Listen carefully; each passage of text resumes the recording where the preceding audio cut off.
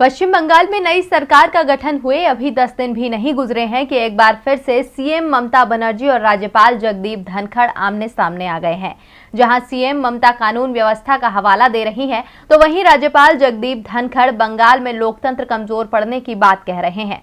इस तकरार ने सूबे के पारे को गर्मा रखा है। बंगाल के हालात इन दिनों बिल्कुल दिल्ली की तरह बने हुए हैं। जहां राजधानी में अक्सर एलजी और केजरीवाल सरकार आमने सामने रहती है, ठीक उसी तरह से बंगाल में सीएम ममता बनर्जी और राज्यपाल जगदीप धनखड़ में तकरार छिड़ी है। यहां तक कि चुनाव खत्म होने के बाद भी दोनों के बीच का तनाव कम ही नहीं हो रहा है, बल्कि अब तो चुनावी हंगामे को लेकर रार और बढ़ गई है। बंगाल में चुनाव नतीजों के बाद हुए हंगामे पर राज्यपाल जगदीप धनखड़ ने एक बड़ा बयान दिया है।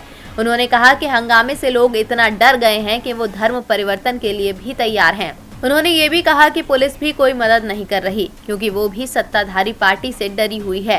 राज्यपाल जगदीप धनखड़ ने कहा कि लोगों ने मुझसे कहा कि वो धर्म परिवर्तन के लिए तैयार हैं, लेकिन वो अपनी सुरक्षा चाहते हैं। उनके शब्दों ने मुझे तोड़ दिया। चुनाव बाद ये हंगामा आजादी के बाद का सबसे खतरनाक विवाद है, क्योंकि लाखों लोग अपना घर छोड़ने को मजबूर हैं। जगदीप धनखड़ ने कहा कि पीड़ितों ने मुझसे कहा कि अगर पुलिस के पास शिकायत लेकर जाएंगे तो उन्हें ही अपराधी बना दिया जाएगा, और जब वो वापस लौटेंगे तो सत्ताधारी पार्टी उन्हें नहीं छोड़ेगी। लोग पुलिस से डरे हुए हैं और पुलिस सत्ताधारी पार्टी से। राज्यपाल के इस बयान को लेकर टीएमसी ने भी पलटवार किया है।